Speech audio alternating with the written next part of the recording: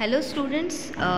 सो हमने यहाँ तक स्किप कर दिया था कि वासुदेव बलवंत फड़के जो थे वो फर्स्ट मार्चर ऑफ इंडिया थे और ये महाराष्ट्र से थे। ठीक है, चिंगारी। अब एक राम प्रसाद बिस्मिल ने एक अच्छी सी शायरी लिखी है। मालिक तेरी रज़ा रहे और तू ही तू रहे। मालिक तेरी रज़ा रहे मतलब मंजूरी, परमिशन रहे, और तू ही रहे, तू ही तू मतलब सिर्फ आप ही रहो। बाकी ना मैं रहूँ ना मेरी आरजू रहे। आरजू मतलब इच्छा। ना मैं रहूँ ना मेरी इच्छा रहे। जब तक है तन में जान रगों में लहू रहे। ठीक है, मेरे तन में जब तक जान रहेगी और मेरी रगों में जब तक क्या रहेगा, लहू रहेगा, खून बहेगा। तेरा हो जिक्र ये तेरी ही जुस्तजू रहे। ठीक है, मतलब तेरा ही हो जिक्र या तेरी ही जुस्तजू रहे, मतलब आपका ही जिक्र करता रहूँ मैं। मालिक मतलब भगवान की बात हो रही है यहाँ पे। मैं अपने मालिक का ही जिक्र करता रहूँ, उनकी ही भक्ति करता रहूँ, उनकी ही जुस्तजू करता रहूँ। ऐसा जो शेर और शायरी है वो किसने लिखा था? राम प्रसाद बिस्मिल ने लिखा था।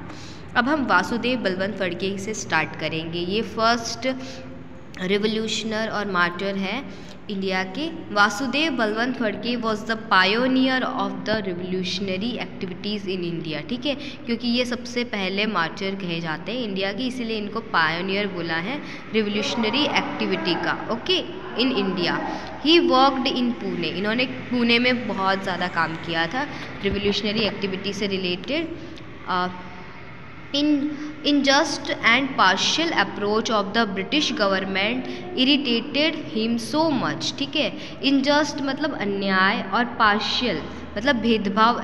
ये जो भेदभाव और अन्याय वाली अप्रोच थी ब्रिटिश गवर्नमेंट की, इसकी वजह से ये काफ़ी ज़्यादा इरिटेट हो गए थे। Him so much that he left his job. ये मतलब जॉब किया करते थे ब्रिटिश गवर्नमेंट के लिए, बट ब्रिटिश गवर्नमेंट में इतना इनजस्ट और पार्शियल अप्रोच फॉलो होता था, उसकी वजह से उनको काफ़ी इरिटेशन हुआ, बहुत परेशानी हुई, दिक्कत हुई, इसलिए उन्होंने उनकी जॉब छोड़ दी।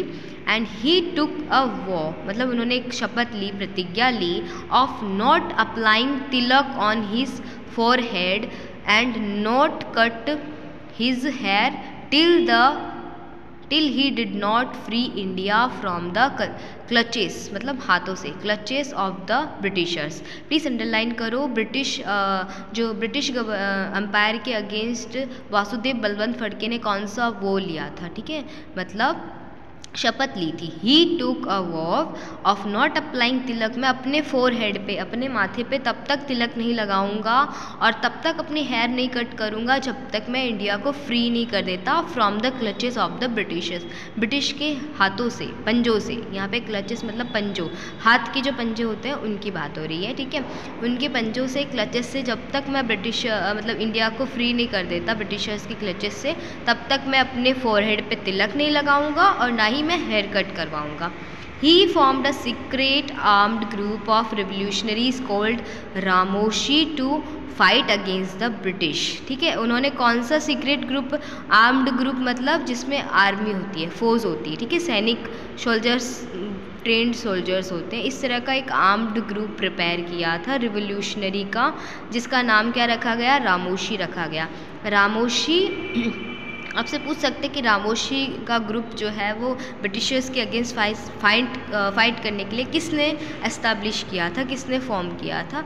सो वासुदेव बलवंत फड़के ने किया था। अंडरलाइन करना, Ramoshi armed group. Okay, the secret armed group. Now British government declared him wanted. अब ब्रिटिश गवर्नमेंट ने वासुदेव बलवंत फड़के को वांटेड डिक्लेयर कर दिया। वांटेड मतलब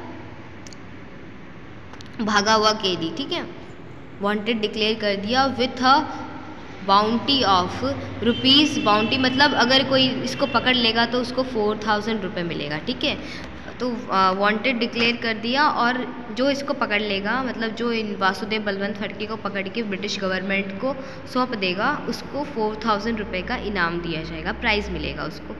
सो he trained young man to attack the British camps. उन्होंने क्या किया था?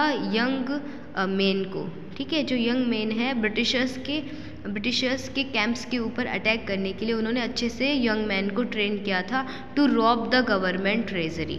जब उनको वांटेड डिक्लेयर कर दिया तो फिर उन्होंने अपना रियल वांटेड वाला लुक अपनाना शुरू कर दिया। उन्होंने फिर यंग मैन को ट्रेन किया कि आप जो है वो ब्रिटिश कैंप्स के ऊपर अटैक करो और उनका जो ट्रेजरी है, जो भी धन उन्होंने हमसे लूटा है, ठीक है, हमारी प्रॉस्पेरिटी के कॉस्ट पे उन्होंने अपने कंट्री को प्रॉस्पर किया है, तो वो सारा ट्रेजरी जो धन है, खजाना है, वो हम लूट लेंगे। रॉब करना मतलब लूट लेना। And to use guns and other weapons, और उनके पास जो गन्स और वेपन्स है वो हम लेके उनसे यूज़ करेंगे, ठीक है। The British government became desperate to arrest him at any cost. फिर ब्रिटिश गवर्नमेंट इतना ज़्यादा परेशान हो गई उनसे कि वो उस वासुदेव बलवंत फड़के को किसी भी कॉस्ट पे, किसी भी कीमत पे जो है वो अरेस्ट करना चाहती थी, ठीक है। अब हम वीर सावरकर के बारे में देखेंगे, बट वीर सावरकर के बारे में हम नेक्स्ट लेक्चर में देखेंगे। ओके, अभी टाइम हो गया है ना, so thank you, bye bye.